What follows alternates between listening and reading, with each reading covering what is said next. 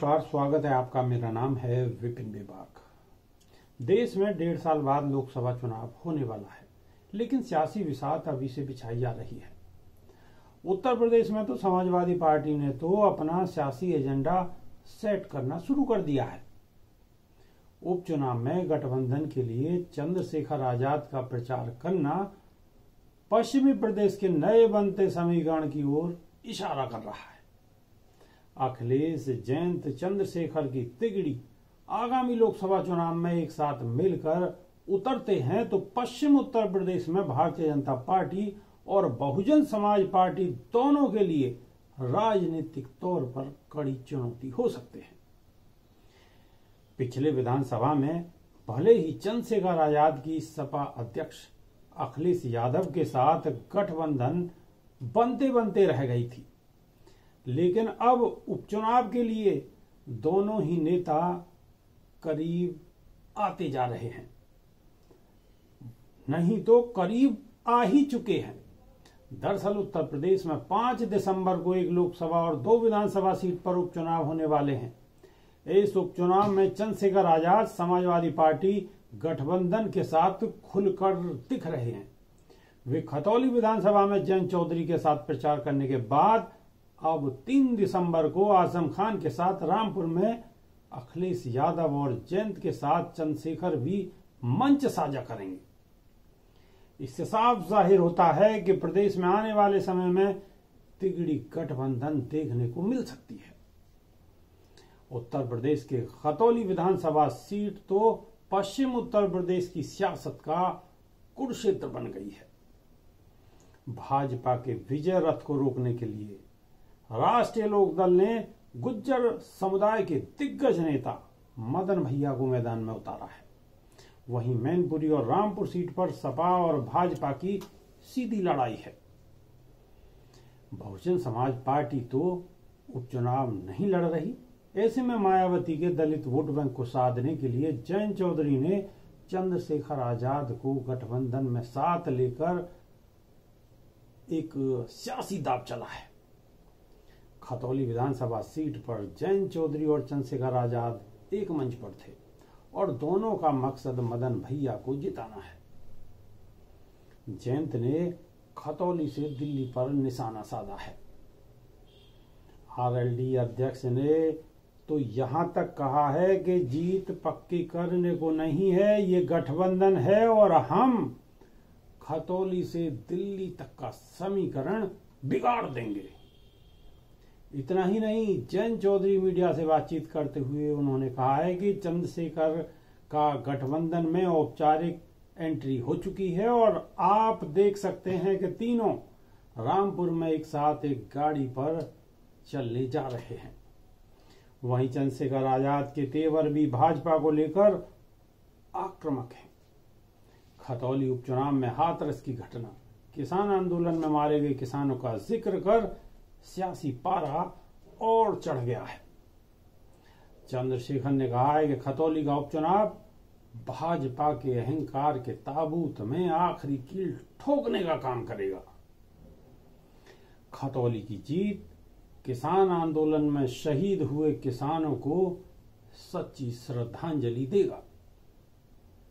उधर समाजवादी पार्टी, राष्ट्रीय लोकदल गठबंधन की जीत की कहानी लिखने उतरे जयंत और चंद्रशेखर ने मुजफ्फरनगर से दिल्ली पर निशाना साधकर गठबंधन का एक नया फार्मूला सामने रखा है। ऐसे ही रामपुर में 3 दिसंबर को सपा प्रमुख अखिलेश यादव और राष्ट्रीय लोकदल अध्यक्ष जयंत चौधरी और चंद्रशेखर आजाद एक साथ चुनाव प्रचार करने के लिए उतर रहे हैं। चंद्रशेखर के जरिए गठबंधन दलित वोटों को साधने में जुटा है।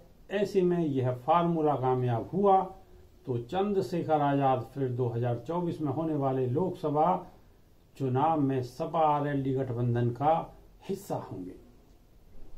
प्रदेश के रामपुर, खतौली और मैनपुर उपचुनाव के जरिए उत्तर प्रदेश में 1.5 साल बाद होने वाले लोकसभा चुनाव के लिए अभी से ही सियासी विसात बिछाई जाने लगी है।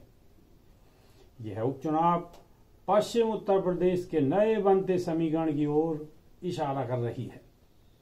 अखिलेश, जयंत चौधरी, चंद्रशेखर की तिगड़ी आगामी लोकसभा चुनाव में एक साथ मिलकर उतरते हैं तो पश्चिम यूपी में भाजपा और बीएसपी दोनों के लिए राजनीतिक तौर पर कड़ी चुनौती हो सकती है। पश्चिमी उत्तर प्रदेश की सियासत में जाट, मुस्लिम और दलित काफी अहम भूमिका अदा करते हैं। आरएलडी का कोर वोट बैंक जहां जाट माना जाता है तो सपा का मुस्लिम, वहीं चंद्रशेखर आजाद ने दलित नेता के तौर पर अपनी पहचान बनाई है। 2017 में सहारनपुर में ठाकुरों और दलितों के बीच हुए जातीय संघर्ष में दलित समाज के युवाओं के बीच चंद्रशेखर ने मजबूत पकड़ बनाई है। इसके साथ ही ऐसे में चंद्रशेखर और जयंत चौधरी को अखिलेश साथ जोड़कर दलित मुस्लिम जाट का मजबूत कॉम्बिनेशन बनाना चाहते हैं। राजनीतिक विशेषज्ञ कहते हैं कि पश्चिम उत्तर प्रदेश में भाजपा 2013 से पहले का कोई खास जनाधार नहीं था, लेकिन मुजफ्फरनगर दंगे के बाद जाटों को जोड़कर उसने अपनी सियासी जमीन को मजबूत किया है। किसान आंदोलन ने जाट और मुस्लिम के बीच दूरियों को काफी पाटने का काम किया है। 2022 के चुनाव में अखिलेश जयंत की जोड़ी में चंद्रशेखर जगह नहीं बना पाए थे, जिसके चलते समाजवादी पार्टी और राष्ट्रीय लोकदल को भी नुकसान हुआ है और चंद्रशेखर के हाथ कुछ नहीं आया। विधानसभा चुनाव से सबक लेते हुए अब तीनों नेता एक साथ खड़े हो रहे हैं, जिसके लिए उपचुनाव में इस फार्मूले के टेस्ट का मौका दिया है। गौरतलब है कि पश्चिमी उत्तर प्रदेश में जाट 20% के करीब हैं तो मुस्लिम 30 से 40% के बीच हैं और दलित समुदाय भी 25% के ऊपर है। ऐसे में पश्चिम यूपी में जाट मुस्लिम दलित समीकरण बनता है तो भाजपा के साथ साथ बसपा के लिए भी चुनौती खड़ी हो जाएगी। बसपा दलित मुस्लिम समीकरण बनाने में जुटी है, लेकिन मुसलमानों का एक समुदाय बसपा अध्यक्ष मायावती पर विश्वास जता नहीं पा रहा। बसपा को भाजपा की बी टीम के तौर पर देखा जाता है। ऐसे में अखिलेश यादव भी दलित वोटों के लिए तमाम जतन कर रहे हैं। इसी कड़ी में चंद्रशेखर और जयंत चौधरी के साथ अखिलेश नया सियासी फार्मूला बना रहे हैं। अब ये तो आने वाला वक्त ही बताएगा कि फार्मूला कहां तक कितना कामयाब होता है। अभी के लिए सिर्फ इतना ही। नमस्कार।